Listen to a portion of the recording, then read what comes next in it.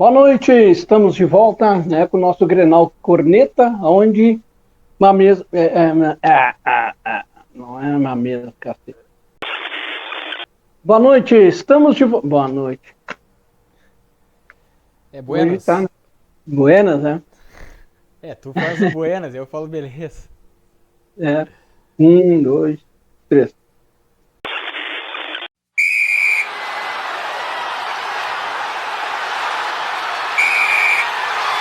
Buenas, estamos de volta com o nosso Grenal Corneta, que é a nossa mesa virtual onde reúne colorados e gremistas, gremistas e colorados aí para debater o que vem acontecendo com a dupla Grenal nas últimas rodadas ou na última rodada do nosso grande, glorioso, charmoso campeonato gaúcho. E comigo neste momento, Gustavo. Beleza, Gustavo? Beleza, beleza. Beleza. Os gremistas estão bem, né? 100% de aproveitamento, 3 rodadas, 3 vitórias. Então, a gente, mesmo jogando mal, a gente tá fazendo o resultado. Talvez foi isso que correu os colorados de hoje, cara. Só me deixaram eu e tu.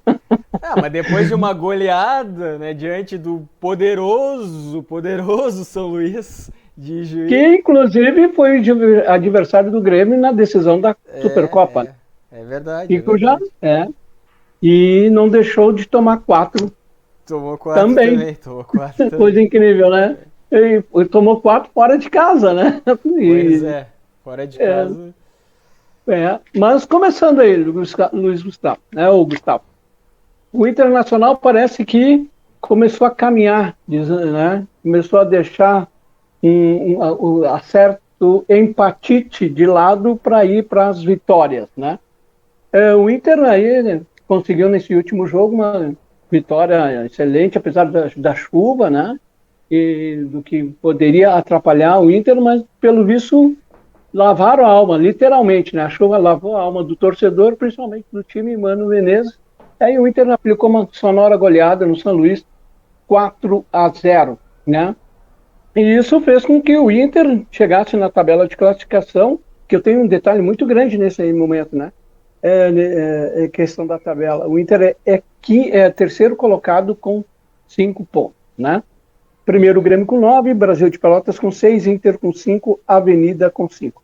Por que eu digo, né, que é importante? Porque este ano mudou a fórmula, né? Não se classifica os 8, e sim os 4, né? Então aí tem que ter muita atenção nesse detalhe aí, né? Tanto o Inter como o Grêmio. O Grêmio, como tu falaste, né? A gente pode fazer uma conversa cruzada. O Grêmio 100%, o Grêmio mais 4 pontos, né? 15 pontos, ele está praticamente, né, classificado, né? Mas voltando lá ao jogo do Inter. O que te pareceu esses 4-0? Enganou ou realmente mostrou a capacidade do time do Inter para ti? Eu acredito que o Inter tenha mostrado nesse jogo que aquilo que mostrou na temporada passada. Acho que agora eu acho que eles voltaram, vocês voltaram, assim, porque nas duas primeiras rodadas parecia que tinha alguma coisa errada, né? Não tava o time que teria que vir assim como favorito por ter sido o segundo no Brasileiro do ano passado e que está mais encaixado e que tem a comissão técnica com um trabalho que está merecendo continuidade, nas duas primeiras rodadas não foi o Inter que terminou a temporada passada, parece. Né? Obviamente alguns jogadores saíram, não estão mais, né? A gente já falou no episódio passado na situação do Edenilson, por exemplo. Mas eu acho que nesse jogo o Inter de fato veio para o campeonato. Né? Entrou no Campeonato Gaúcho de fato. Né? E fez essa goleada aí em cima do São Luís. Alguns colorados até disseram: a gente não precisou do Soares para fazer 4. Né? E até o artilheiro do campeonato momentaneamente é um colorado, né? Não é o Soares. O Soares está como vice-artilheiro. Eu acredito que esse jogo serviu para o Inter entrar de fato no campeonato. Acho que vai dar o ânimo para as próximas partidas. Eu acho que, pegando uma coisa que o técnico de vocês falou na rodada anterior, do empate contra o Avenida. O técnico de vocês, o Mano, disse: o nosso grupo, o nosso time, ele depende da entrega dos jogadores para fazer o resultado. E acho que no último jogo contra o São Luís houve essa entrega. E aí o placar, inclusive, foi bem dilatado por causa disso. Acho que o Inter... Eu acredito que a forma do São Luís jogar também permitiu isso. Permitiu contra o Grêmio, permitiu contra o Inter, né? Esse placar dilatado, essa goleada. O São Luís, ele não se fecha muito. Não sei se eu tive essa impressão, não sei se tu tem a mesma impressão. Acredito que o São Luís não se fechou muito, assim. Então, veio para Porto Alegre, veio para jogar, veio tentar ir para cima, né, de alguma forma. Contra o Grêmio, o São Luís de fato não jogou retrancado. E acho até que foi um erro deles. Acho que jogou faceiro, né? Era um jogo do tudo ou nada. Era um jogo era um jogo de decisão de um título. Sabia que o Grêmio era muito mais favorito do que eles. Enfim, eles vieram para casa sabendo que o resultado poderia ser ruim. Então eles jogaram o tudo ou nada. Vamos jogar, vamos fazer o nosso jogo e vamos tentar. Vai que a gente consegue um crime e tal. E acho que contra o Inter acabou sendo assim também. Eles não se fecharam muito. Não sei se tu concorda comigo, se eu tive essa impressão errada. Não, eu até acho assim, o São Luís, ele, como todo time, né, ele tem a sua maneira de jogar em casa e a sua maneira de jogar fora. E ele tá jogando de uma maneira diferente, ele joga retrancado em casa e joga aberto fora. Né? Ele demonstrou isso nessas duas últimas partidas, uma contra o Grêmio na decisão e contra o Inter agora, né? Então isso aí me chamou muita atenção.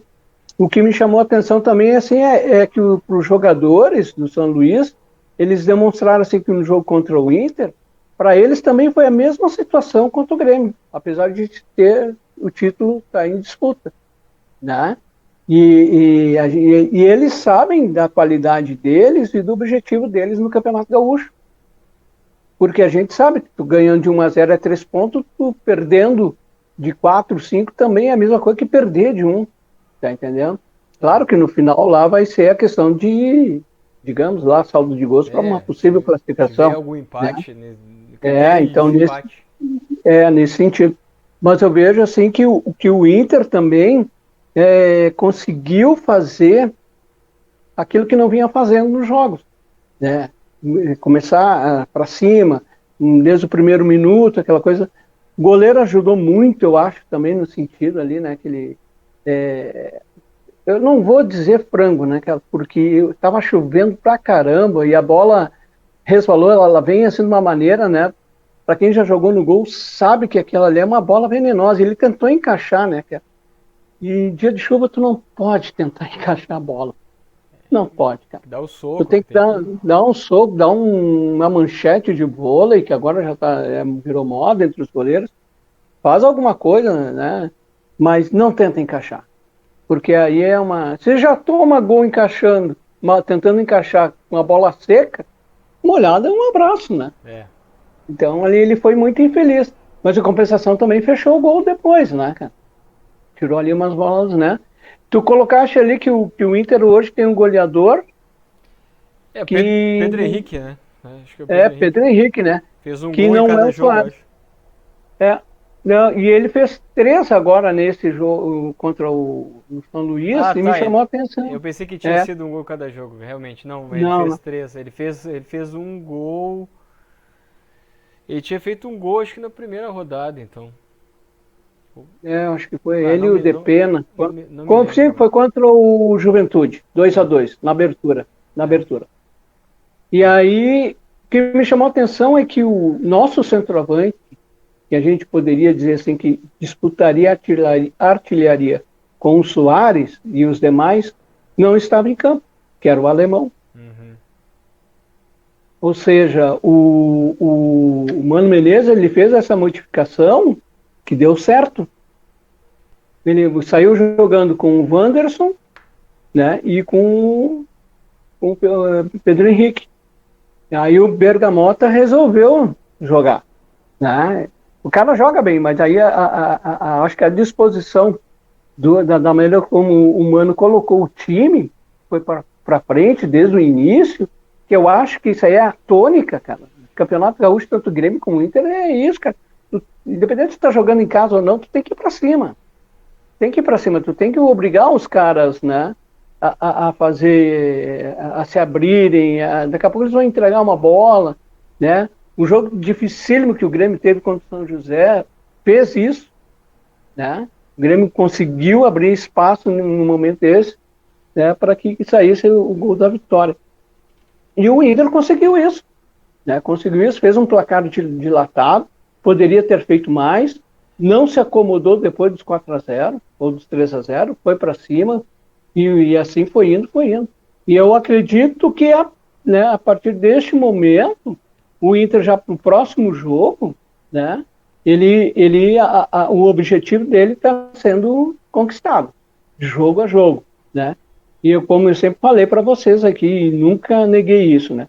Campeonato Gaúcho para dupla Grenal é treino, né? É uma pré-temporada da Copa do Brasil e do Campeonato Brasileiro. Tem que saber aproveitar. É o momento de ajustar o time, né? Se não ganhou o Campeonato Gaúcho, paciência. Mas tu vai buscar uma qualificação, né, lá no Campeonato Brasileiro e na Copa do Brasil. E é o que o Grêmio e o Inter vem fazendo. O Grêmio um pouco melhor, né? Está sendo aí objetividade 100%. E o Inter aí que começa, né, a galgar essa classificação. Eu não tenho sombra de dúvidas que Grêmio e Inter vão se classificar com facilidade, né? Porque a gente acompanha os outros jogos também e a gente está vendo a disparidade, né, Gustavo? Dos dois times, apesar de um Inter que já está ajustado, digamos assim, vem da temporada passada, e o Grêmio que vem em evolução com uma reformulação, como nós debatemos no programa passado.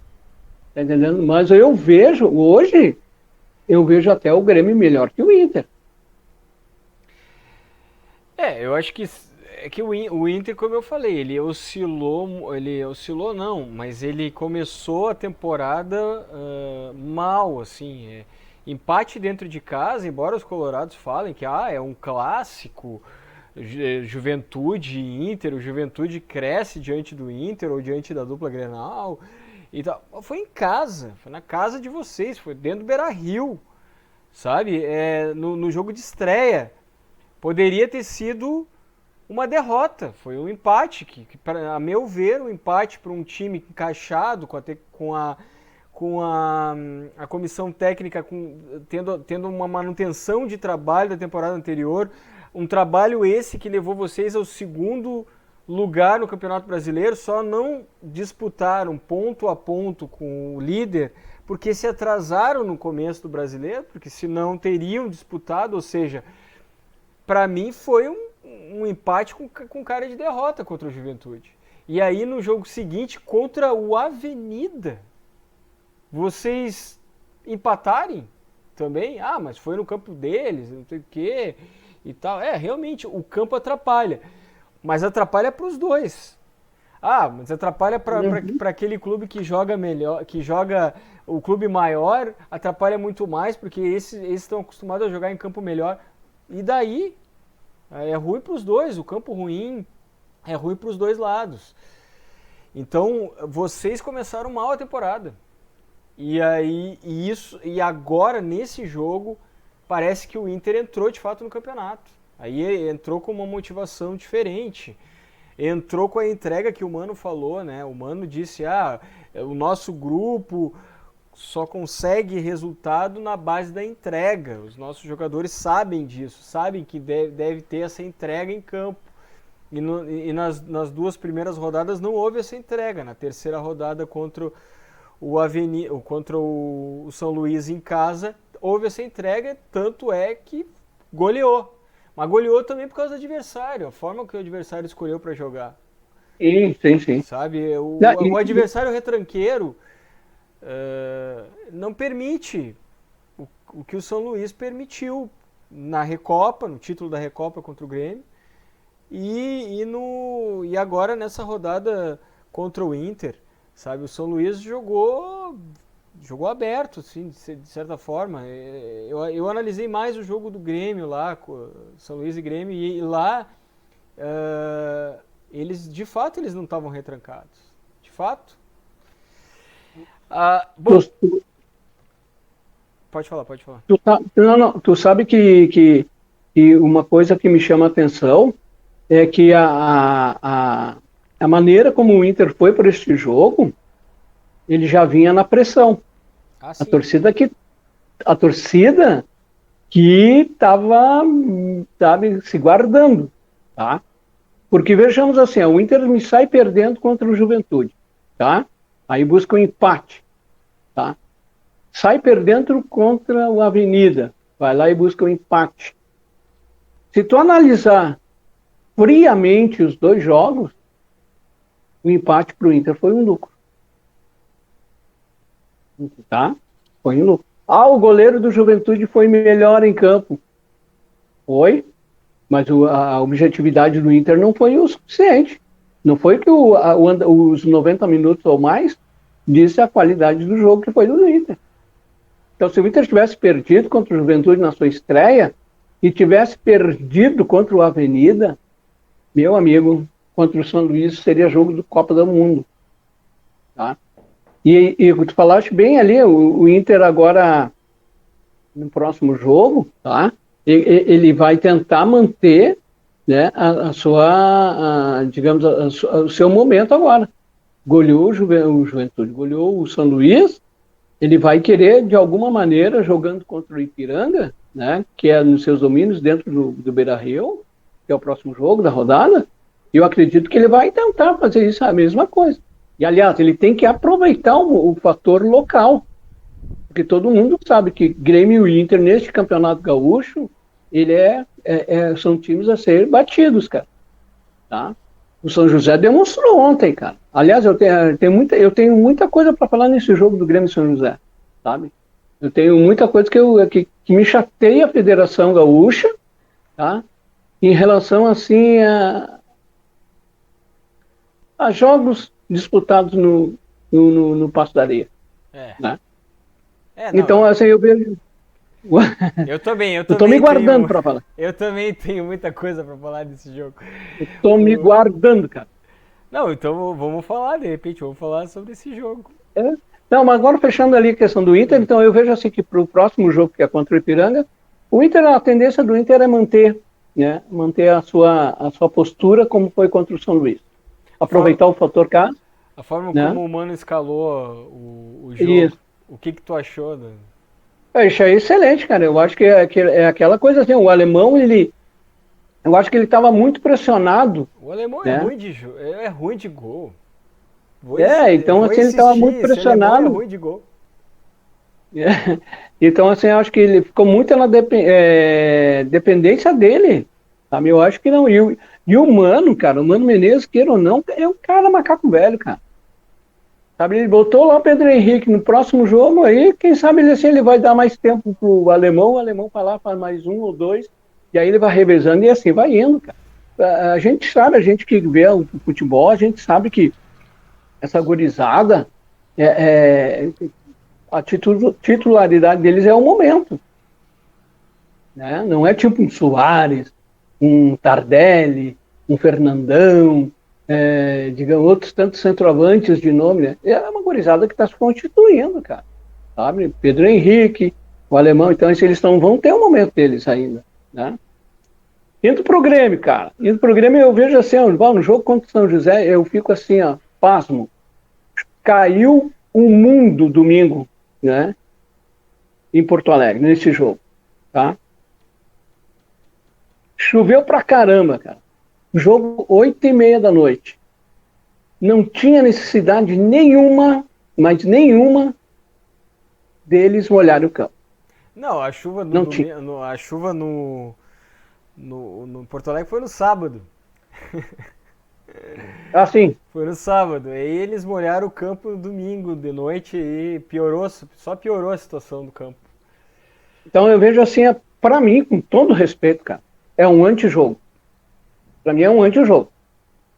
E o feitiço sempre vira contra o feiticeiro. É, foi o que aconteceu. Até Sabe? foi um feito inédito pro Grêmio, ganhar no sintético, no Pasto da Areia, que era um tabu. Né? Até ontem, tinha 3 derrotas e 2 empates, se não me engano.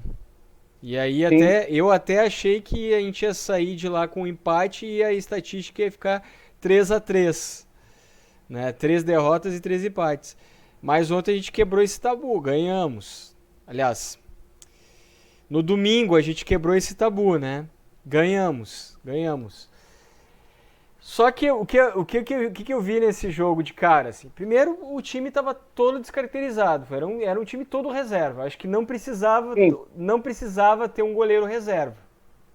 Eu acho que poderia ter colocado o goleiro titular. Ah, o único mais perto, ou o único titular, talvez, que tenha começado o jogo foi o Vidia Sante. Que pra mim ele é titular. Então foi o único titular em campo que eu vi. Eu tô com a escalação aqui para não errar nos comentários, né? Todos aqui, Diego Souza lá na frente, Guilherme. Guilherme é muito banco. Guilherme não deveria nem estar no banco, na verdade. Não deveria nem ser relacionado, Guilherme. Foi muito criticado contra esse jogo. Saiu de campo muito vaiado. Muito vaiado. Não tinha um grande público no Pasto da Areia, mas o público que estava lá vaiou o Guilherme. É uma coisa horrorosa ver esse jogador em campo. Ele perde a oportunidade de gol na cara do gol. Quando ele recebe cruzamento, ele fura a bola, não faz. Quando ele recebe cruzamento para fazer e também diante do gol, ele fura a bola. Foi o que aconteceu. Ele teve 2 oportunidades claras de gol, assim, que ele decisões erradas. Até o Diogo Barbosa, tem um meme hoje circulando do Diogo Barbosa xingando ele, né? Dizendo que, eu sou ruim, mas Me tu, superou.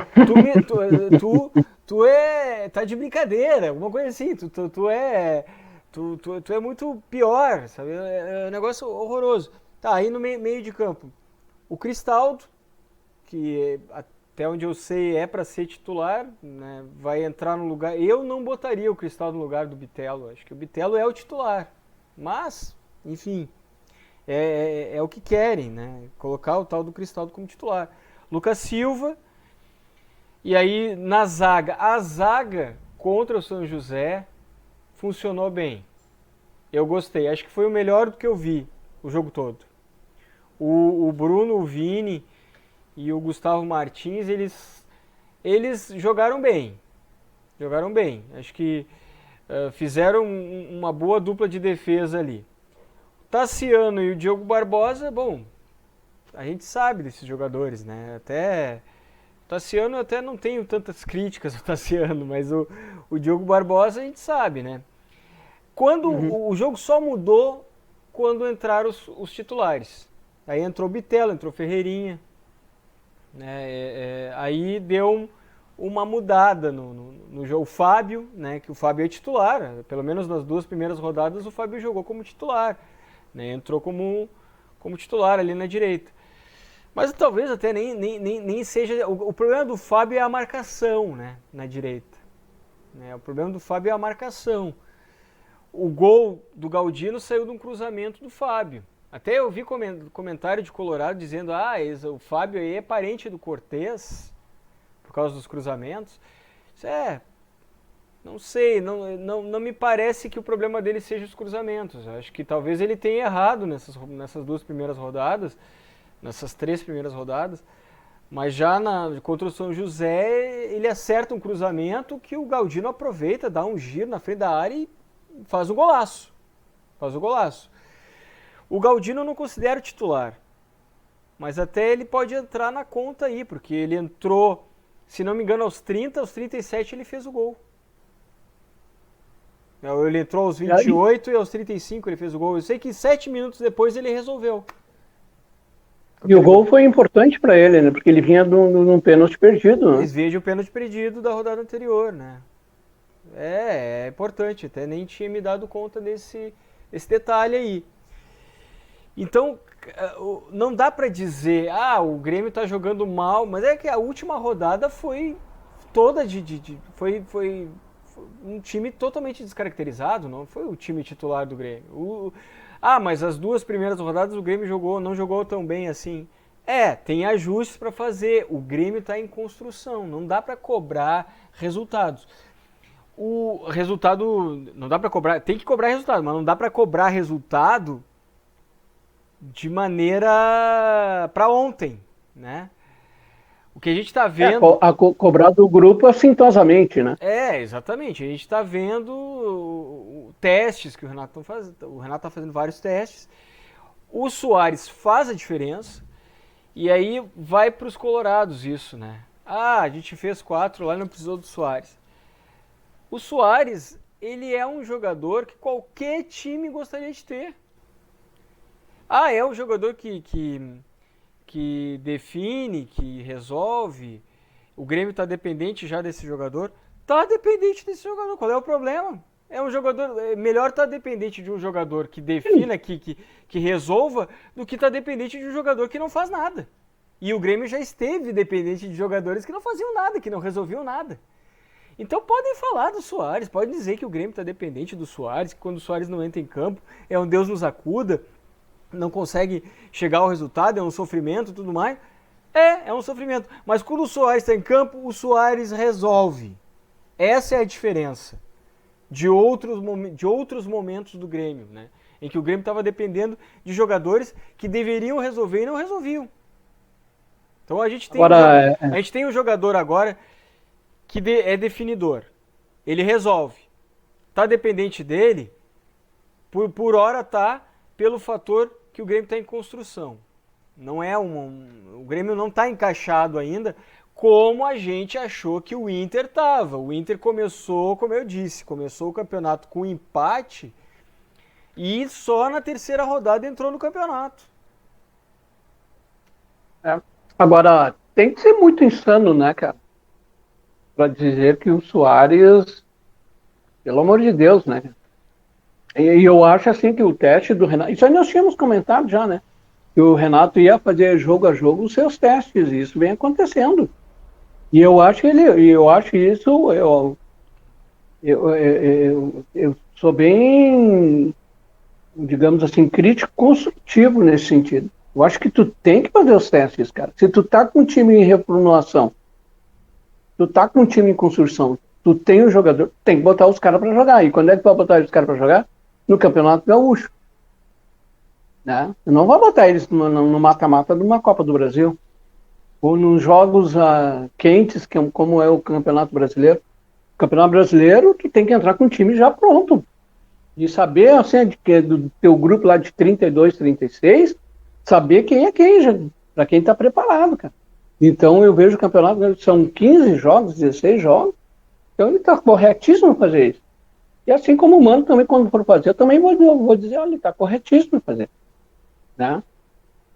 E eu digo assim, o Renato, ele é tão inteligente porque o grau de exigência em cima do Soares é muito grande também. Porque se os jogadores, né, seus companheiros não conseguem resolver, eles jogam... Aliás, ele inicia o jogo para cima do Soares de resolver, né? O Soares tem que fazer. Eu até digo assim, o erro do Soares foi ele ter marcado 3 de cara na Recopa, cara. Ele podia ter feito 1 ou 2, né? Mas não, ele foi fazer 3, aí sim, aí a massa enlouqueceu. Aí seguinte, o Soares, tudo quanto é jogo vai... Porque outra coisa também, né? Eu estava vendo os dados, o Soares tem 1,3 por jogo, cara. desde a sua existência no futebol. Então, quer dizer, todo jogo que ele entra, ele marca um, a média, né? Então, tu imagina assim, a loucuragem que é os caras. Se nós tínhamos o Dali Dependência, hoje nós vemos no Coimão, no Grêmio, né, o Soares Dependência. E isso é uma obviedade, cara. Sabe? E o É, cara decide. mas depender, vou repetir, depender de um jogador definidor, um jogador que resolve, não é um problema. O problema do Grêmio em outras oportunidades foi que estava dependendo de jogadores que não definiam. Aí, coloca o jogador em campo para ele resolver. E ele não resolvia. E era para ele resolver. Era o único recurso. E no caso do Soares, a gente vê isso. Outro cara que é diferente, que eu espero que o Grêmio não se desfaça nessa temporada, é o Bitelo. O Bitelo também é o cara que entra. Quando ele entrou contra o São José, já mudou a cara do jogo. O Grêmio já construiu mais. Parou de mandar a bola na área, parou de dar balão, sabe? Começou a construir mais. E a jogada do gol é de uma construção.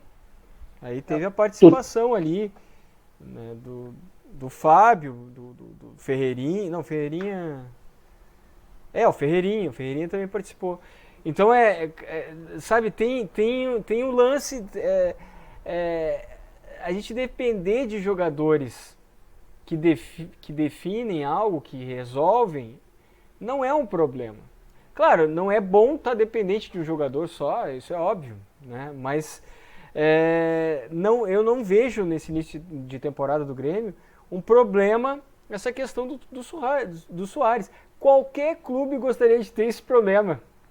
Qualquer clube gostaria de ter o Soares. Esse problema. Eu também. Então tem.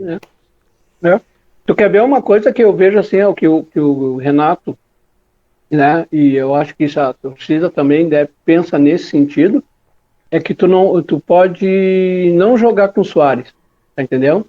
Pode preservá-lo, né? Mas o Bitelo tu tem que manter. Se ele não tiver com alguma estafa, alguma lesão, o Bitelo tem que jogar em toda. Visto quando o São José ele entrou, mudou a cara do jogo, cara. Mudou a cara do jogo, tá entendendo? Então o Renato não nesse sentido, assim, até para encaixar o time jogar ou o Bitelo e Soares junto, ou só o Bitelo ou só o Soares. O time tem que ser encaixado nesse sentido. Nós temos que jogar, temos que chegar até a frente, que os caras vão definir. E os dois definidores que o Grêmio tem hoje é o Bitelo, tá? E o Soares. Né? Eu acho que o Grêmio também aí vai ter um grande definidor, tá? Nesse sentido, é a questão do... Agora me falhou, mas... Ferreira? Ferreira. O Ferreirinha. O Ferreirinha. Eu acho também. O problema do Ferreirinha é a ansiedade dele. Acho que às vezes ele quer resolver e fomeia muito e tal. E outra, assim, ele tem que ser bem trabalhado, né? Ele é um guri novo, ele é um guri bom de bola. Né? Eu acho que agora ele deu, em relação ao ano passado, deram uma acalmada nele. Sim. Eu acho que ele viu a grandeza que é o Grêmio, né? Então, o quanto ele pode ser importante para a instituição Grêmio, né? O quanto a torcida abraçou ele também, né? Tem sentido. Porque muitos não queriam mais Ferreira, né?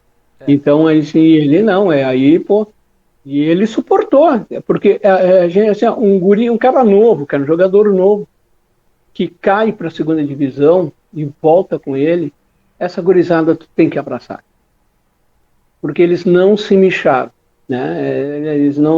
Eles não fizeram xixi nas calças, digamos assim, como se diz o bom Galdério. Não, eles foram lá e seguiram, vestiram a bombacha e vão para a guerra, vão para a lida do campo. Sabe? Então, esses jogadores aí, né, que o Grêmio tem que apostar. E tá dando, cara, certo? O Bitelo é um deles, o Ferreirinha é um deles. Me ajuda aí quem mais outro que ficou, que é da base, que caiu e voltou junto com o Grêmio, com honras. Agora eu não... O próprio O goleiro, né? Os dois goleiros do Grêmio. Os dois goleiros. Os goleiros do Grêmio. Então, suportar a Goleiros da pressão. base, E vieram da base, então ali, cara. são bons goleiros, mas é como eu falei, eu acho que não precisava ter colocado o time todo. Revezamento de goleiro não é bom. Acho que poderia ter mantido o goleiro titular. Acho que o Breno está mais seguro que o Gabriel Grando. Mas enfim, o Renato quis dar rodagem para todos. E aproveitou essa rodada aí, que o Grêmio até poderia perder esse jogo. Acho que até não seria uma surpresa com o time todo descaracterizado, todo reserva. Depois de 2 vitórias seguidas no início do campeonato, perder esse jogo. Claro que não foi... acho que o Renato também colocou esse time com a garantia de que pelo menos um empate sairia de lá. E acabou saindo com a vitória. Mas saiu com a vitória quando colocou os titulares. Isso tem que ser repetido. Alguns jogadores, mesmo estando no banco, não servem para jogar no Grêmio. Não servem. E o exemplo maior é o Guilherme. O Guilherme não serve para jogar no Grêmio. Não adianta. O cara é ruim de gol. Ele é pior que o alemão. Que eu falo que o alemão é ruim de gol, mas o Guilherme não é bom de gol. Não tem jeito. Na temporada passada eu acho que ele veio como uma alternativa para o Grêmio e acho que ele fez um gol só. É um absurdo. Ele nem é tão mal assim, ele chegava na linha de fundo, ele tinha mobilidade e tal, mas não sabia, chegava lá em cima e não sabia o que fazer com a bola. Sabe? Não, tomava decisão errada ou enfim, chutava no goleiro, que também é uma decisão errada, sabe? Na hora de definir alguma coisa, ele não sabia o que fazer. Então, tem jogadores, se o Campeonato Gaúcho serve para isso, para fazer teste, o Renato fez um teste agora, colocou toda a equipe reserva em campo, né? Ele vê que alguns reservas ali, ele viu que alguns reservas ali não servem nem para ser reserva. E a torcida vai oferecer resistência. E a prova disso é que o Guilherme saiu muito vaiado do Passo Areia quando foi substituído. Então são coisas assim que tem que ver. O Tassiano, o Lucas Silva, né? Esses jogadores já não deveriam estar no Grêmio mais. O Tassiano, tem muita gente que gosta do Tassiano, e o Tassiano é um jogador versátil, aquela coisa toda e tal. Joga em qualquer lugar. Aliás, falam muito que quem joga em qualquer lugar é porque não joga nada, né?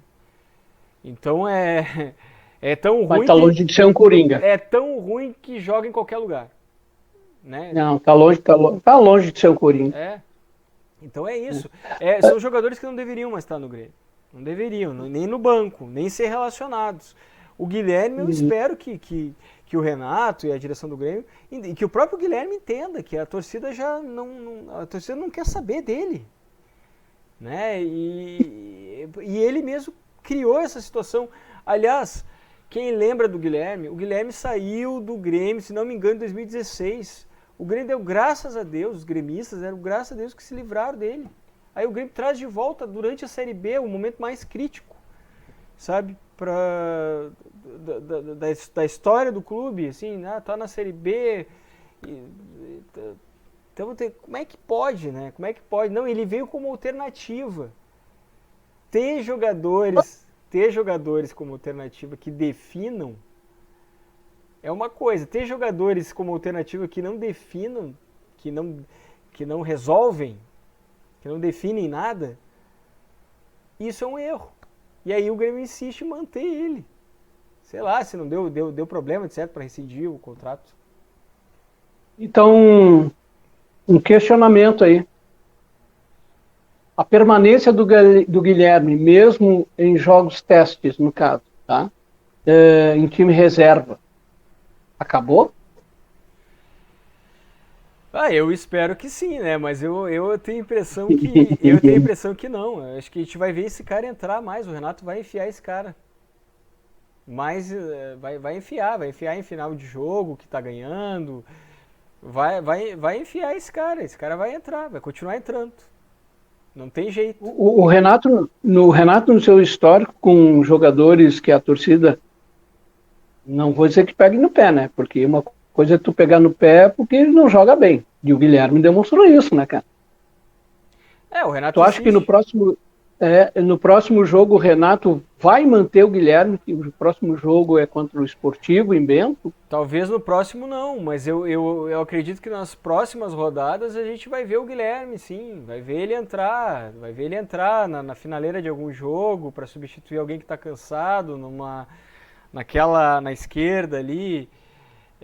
O Guilherme entrou no lugar do... Não, o Guilherme começou como titular, o Guilherme estava na esquerda, na extrema esquerda lá. Então o Guilherme vai continuar entrando, como ele entrou. Se não me engano, ele entrou em todas as partidas. Não sei se contra o Caxias ele entrou, mas no jogo da Recopa o Guilherme entrou. O Guilherme entrou, se não me engano, no lugar do Ferreirinha. E aí agora Pode falar. te provocando no Inter, tu vê alguém também assim?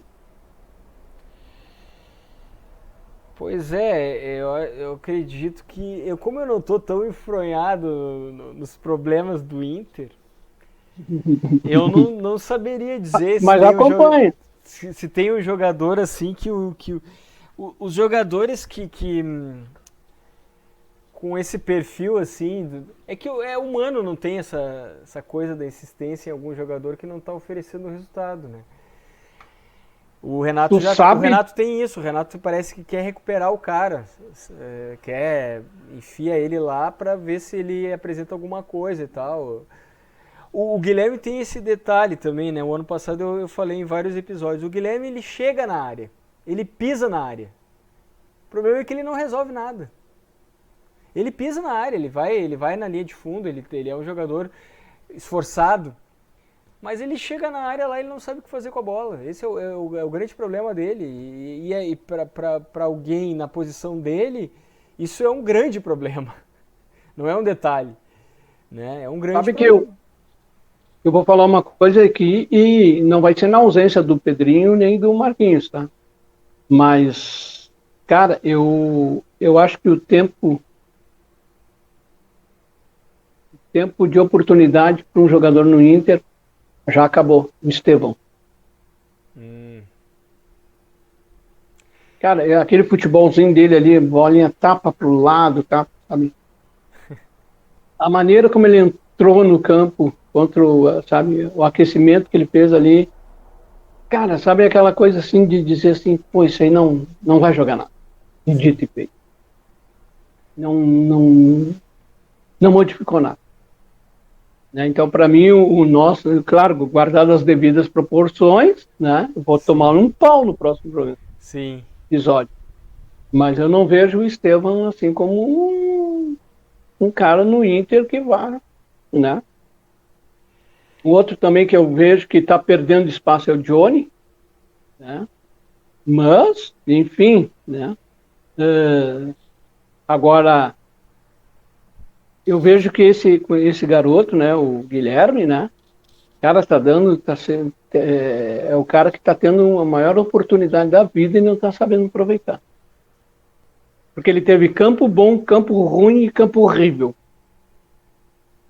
para demonstrar. E ele não consegue demonstrar isso. Agora, uma coisa que a gente fica assim, né? Pô, mas os caras jogam tão bem assim no treino a ponto de ir para jogo oficial? Tem a máxima. Tem alguma coisa. Tem a máxima que chamam de leão de treino. O cara joga bem no treino. Bom, eu vi, deixa eu lembrar, acho que aquele Everton Cardoso, que chamavam de Everton sem bolinha. Logo que o Everton Cebolinha saiu, entrou o Everton sem bolinha, né? Com o mesmo número, inclusive, o 11. E aí eu vi ele dar caneta em um monte de gente ali no aquecimento, bobinho, ele ia fazer horrores com todos. E dentro de campo não apresentar nada. E aí, meu Deus, esse cara parece que joga um monte, mas dentro de campo ele não jogou nada. E é o que chamam, assim, tem a máxima que chamam. Esses jogadores que fazem horrores nos treinos e durante o jogo oficial não fazem nada, são chamados de leão de treino. Né? E enganam muito o técnico, eu acho, ou comissão técnica, né? Não só o técnico, é, mas quem está acompanhando o treino ali, preparação física, tudo.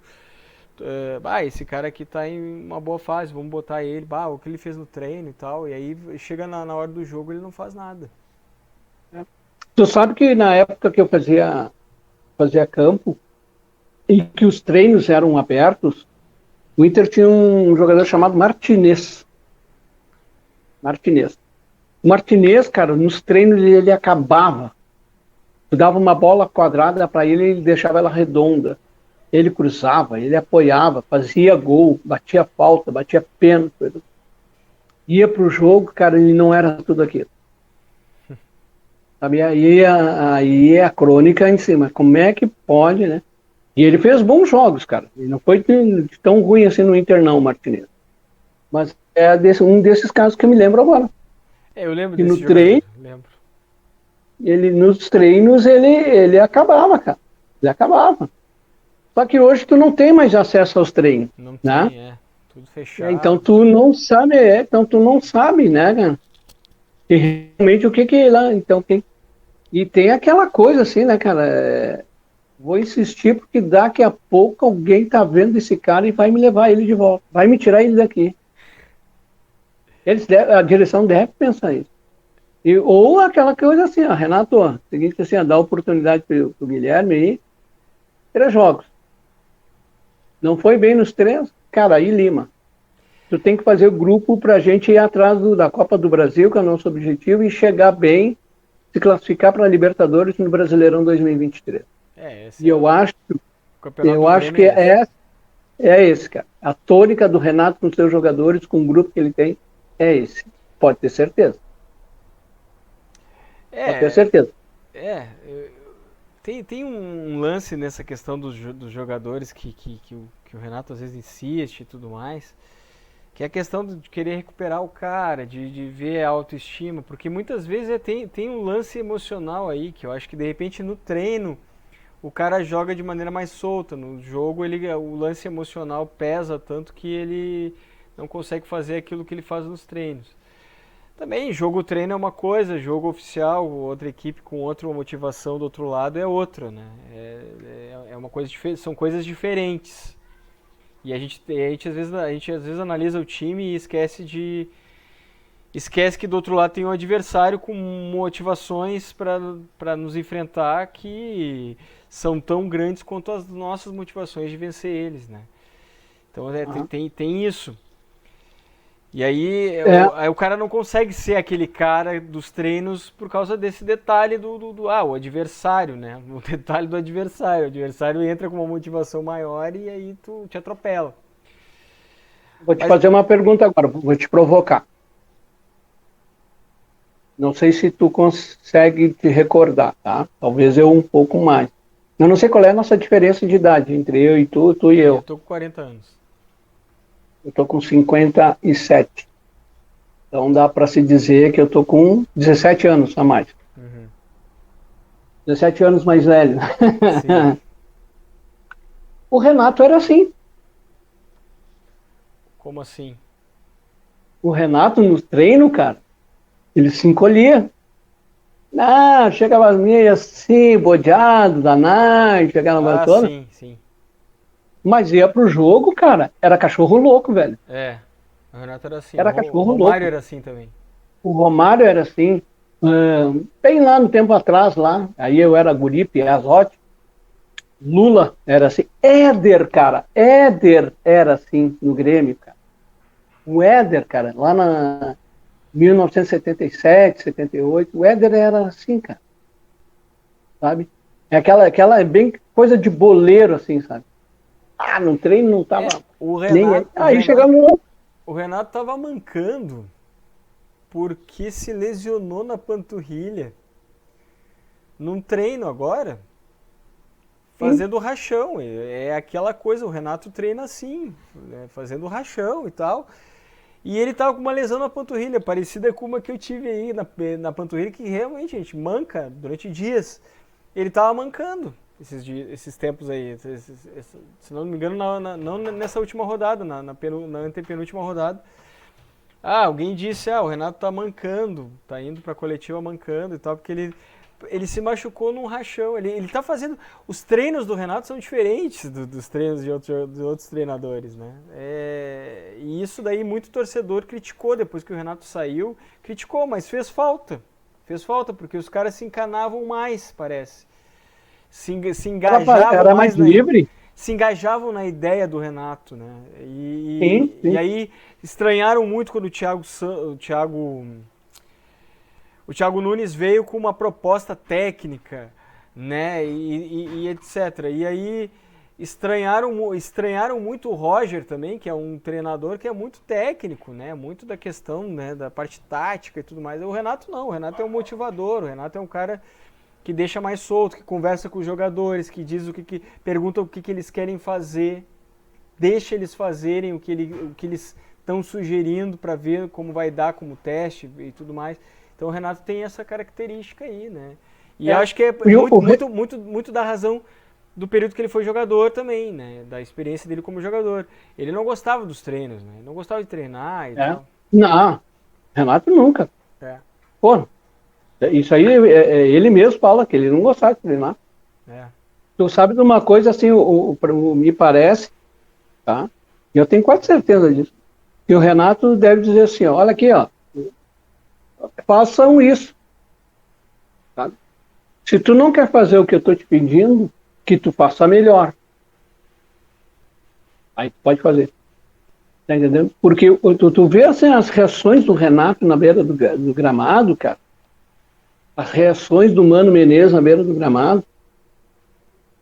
Sabe assim, eu vejo assim que eles têm vontade de pegar a gurizada pelo cangote. E olha aqui, vocês aprenderam, vocês não estão entendendo, vou ter que desenhar aqui. E o Renato é muito disso, cara. Por exemplo, assim, eu gosto muito de ver a postura do Renato e do Mano Menezes, quando chega ali um lateral para fazer a cobrança lateral, ou para o jogo parou, que o Renato começa a fazer aquela coisa assim, aqui, nas minhas costas, nas tuas costas, tu circula aqui, tu faz a volta por ali, tu encaixa com os três que estão ali na tua frente, sabe? Então eu te digo assim, cara, ele tem a dinâmica, ele tem a pedagogia do futebol para ensinar para os seus alunos, tá entendendo?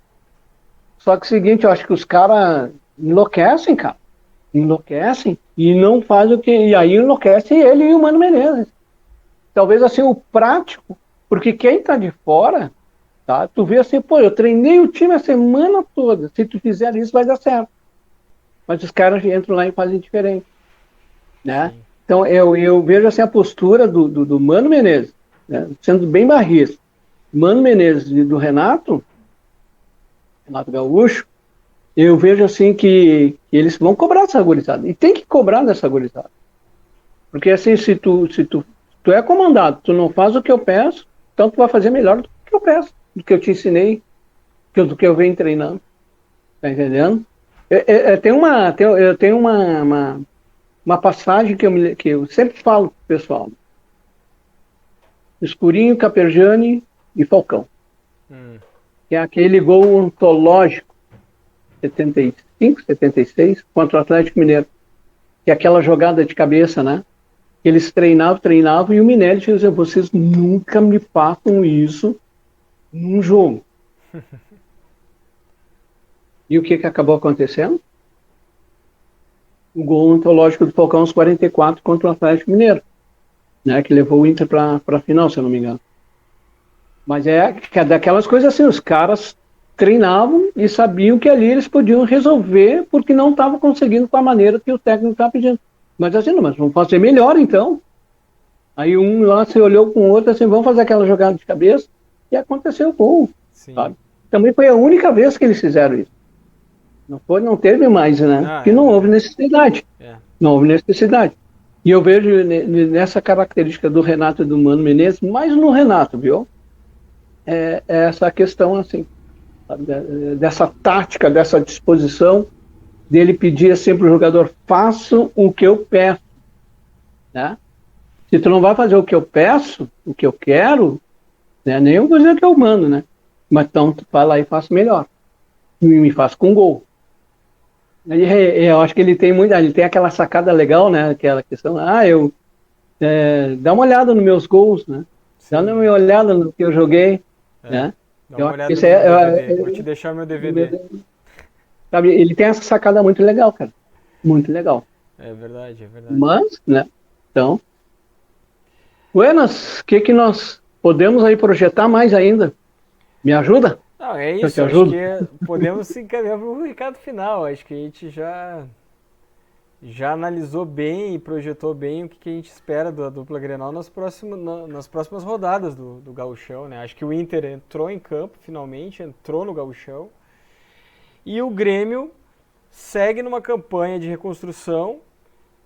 E é melhor tu estar numa campanha de reconstrução ganhando do que tu tá perdendo, né? Então, o Grêmio não está jogando bem, mas tem fatores que favorecem, tipo a individualidade de alguns jogadores que fazem toda a diferença. Bitelo, Soares. Acho que a defesa do Grêmio, essa defesa que entrou em campo contra o São José, essa dupla aí, Gustavo Martins, eu acho, não estou ainda. Gustavo Martins e Bruno Vini, eles demonstraram uma segurança maior. Acho que o Bruno Alves, junto com o Cânio, não está funcionando direito. Eu acho que o Bruno Alves funcionou melhor com o Jeromel. Talvez com a volta do Jeromel isso melhore. Os laterais do Grêmio ali, o Fábio, ele tem um problema de marcação sério. O Reinaldo, eu vejo assim, da mesma forma. Não gosto muito do Reinaldo. Mas, como eu disse, o Renato vai insistir em alguns jogadores, e jogadores, inclusive, que a gente não quer nem que vista a camisa do Grêmio de novo.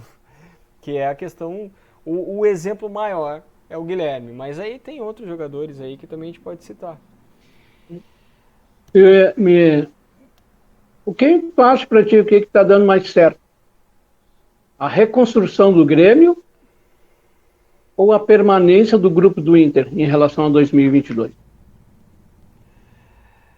Olha, eu acho que agora, depois dessa goleada do Inter em cima do São Luís, eu acho que as duas coisas podem funcionar a partir de agora, assim, porque o Grêmio tá num processo de reconstrução e os resultados, pelo menos, têm sido favoráveis, embora o Grêmio não tenha apresentado um bom futebol ainda, justamente porque está em fase de reconstrução. O Inter entrou no campeonato finalmente, assim, digamos, obteve um resultado de acordo com o resultado que encerrou a última temporada. Não, o Inter, diante de um clube como o São Luís, tinha a obrigação de fazer o que fez, atropelar, sabe? Até poderia ter feito mais.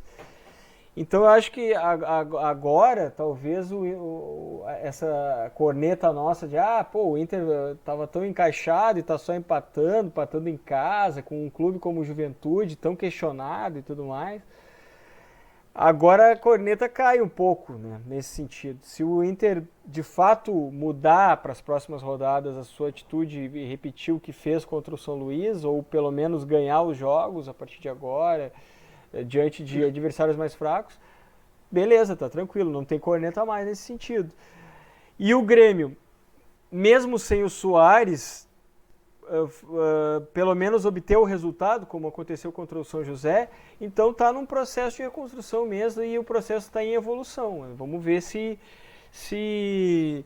ali na frente, antes do Campeonato Brasileiro começar, o Grêmio se consolida nesse processo de reconstrução aí. O maior teste do Soares vai ser no Brasileirão. O maior teste do Soares vai ser a partir da fase de quartas de finais, oitavas de finais da Copa do Brasil. O Grêmio então precisa passar da primeira fase da Copa do Brasil para o Soares mostrar quem é o Soares, de fato. Porque diante dos jogos do Gauchão, o Soares vai sobrar. Está sobrando. O Soares vai sobrar. E nas próximas rodadas aí, o Soares entrando, ele vai sobrar. Por mais marcado que ele seja, o Soares em curto espaço de tempo faz coisas que os nossos jogadores não estão habituados a fazer. E pensa muito rápido, né? Uau, então, anos-luz. Exatamente, pensa muito rápido, ele fica pouquíssimo com a bola. Pouquíssimo tempo com a bola. Ele já dá um toque ou para definir ou para alguém definir.